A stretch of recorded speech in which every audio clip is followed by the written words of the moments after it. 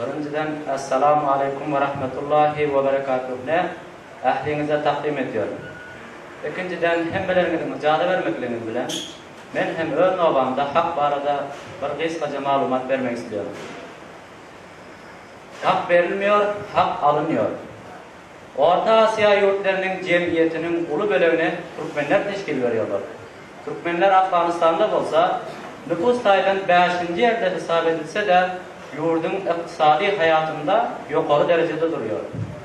Türkmenlerin ekrançılıktan, maldarçılıktan ve halıçılıktan alyon hasılı Afganistan'ın içerik ve dışarı bağlarında itibarlı oraya geliyor. Yurdun siyasi ve medeni organlarında olsa Türkmenlerin ornu en iyidiki yerde duruyor. Bunun sebebi ne meka? Türkmenlere hukuk verilen yok muka? Ya da Türkmenler onu alacak olan yok muka? Yurdun siyasi ve medeni organlarında bize hukuk verilse de biz ol vazifeleri dolandırmağa onça teyyar hem değerlimize elimizi yüreğimizin üstünde koyup itiraf etmemiz gerek. Bizim yaşayan hadirki devrimiz kompüter devre, ösen ilmi teknik devre, demek bu devre. Yukarı ilimle, kompüterden doğru peydalanıp bilen, içtimai ve tebii adamların müdiriyet ettiğin devredir.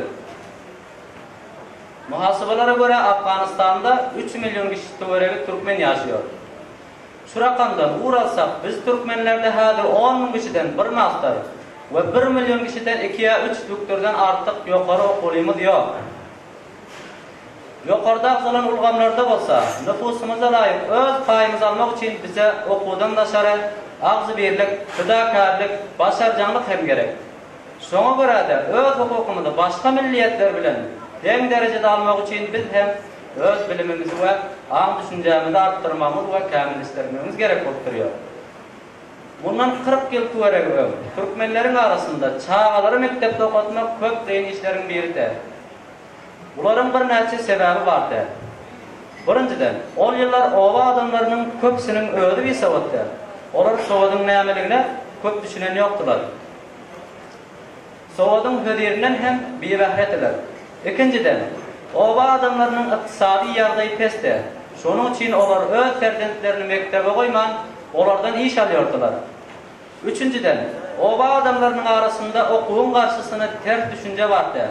Türkmenlerin ferdentleri mektep varsa ve mektep okuysalar, onlara az yor diyordular. Dördüncüden, Türkmenlerin savutlu bulup, ağam düşüncesinin artlarına sol vaktaki hükümetler hem İslam'ı yoktu. Ova adamlarından birinin oğlu bahtiyarlık edip mektebe varıp okuysa tevhen onun ağam düşüncesi artıyor ve dünya karayışı istiyor. Ovalardaki adamların doğru amallarına, doğru dert desturlarına doğru düşünüyor. Mektep okuyup düşüncesi artan ve dünya karayışı ösen yigit derre ovalardaki kemçiliği düzeltmenin uğruna çıkıyor. Mesela atalarına, ağalarına ve başka adamlara ovalarda köp yayılan naz, sigaret, neşe, çarsiyan zatların onların sağlığına ve iktisadına ziyanlılığını düşündürüp olmayanlı amalları ıslah etmenin uğruna çıkıyor. Bu iş olsa ovalardaki pes amallar ve düşünse hem pes adamları ve böyle pes amallardan hayır gören kişilere kan yakan yok. Böyle adamlar öz pes amalını yaman diyen yoklar da mektebe kat doğru düşünen Türkmen yigitlerimizi yamanlıyorlar. Pes amal, pes kalak, pes iş. Kaysi halkın arasında ve kaysi yerde bolanda da pes oluyor. Bu pes amallar Türkmen'e de yaraşan yok. Hazır olsa dövür başka. Başka halklar öz oğul gıyırlarını mekteplerde ve pantonlarda okutuyorlar. Onların ferdentleri okuğa öğrenip savatlı, ilimli ve hüner eyyeli olup yetişiyorlar. Hazırki devirde ağam düşüncesi ve bölümü güçlü halk güçlü hesap ediliyor.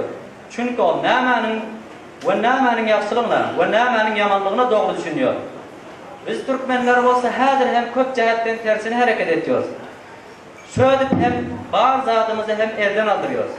Türkmenler Afganistan'da nüfus taydan, Peştun, Tacik, Üzbek ve Hadara'dan sonra 5. yerde hesap ediliyor. Afganistan'ın şamali vilayetlerinde olsa yaşayıcıların köpçülüğüne Türkmenler teşkil veriyorlar. Yukarı devlet işlerinde hazır hem Türkmenlerden işliyorlar. Onun bir sebebini aydıp öttük. Ondan da sonra Türkmenlerimizden biri yukarı vazife tayin olsa onun gıybatını edip başlıyoruz. Yukarı vazife tayin bolan adam hem yeki öz gamı bilen boluyor ve öz komunun fikrinde kan bolan yok. Mesela uluslararlıklarda Türkmenlerden biri özünü vakillige kandid etse onun kaptanından başka bir ya da iki adamı kandid ettiriyorlar. Şöyle öz ağdalarımızdan barca rahmet hem bir neçe bölüge bölünüyor da kandid bolanların nisabı dolman ve vakillige çıkman kalıyor. Indi biz Türkmenler hem öz dövrümüzden ida kalmayacak olmalı. Indi aldanmanın, istimal olmanın ve yerliksiz fıda olmanın meselelerin zamanı geldi. Bu işlerin hemmesi hem yukarı derecedeki bilim ilimsiz, am düşüncesiz mümkün olmuyor. Kifayet şirketler toplumunun kifayet yurt devlesini açıp bu uğurda Türkmenlere etkiyon yerlikli hizmete Türkmene okuvun, ilim öğrenmenin zerurluğunu aydın görk ediyor. Beni dinlediğiniz için köpten köp minnettar, sağ olun.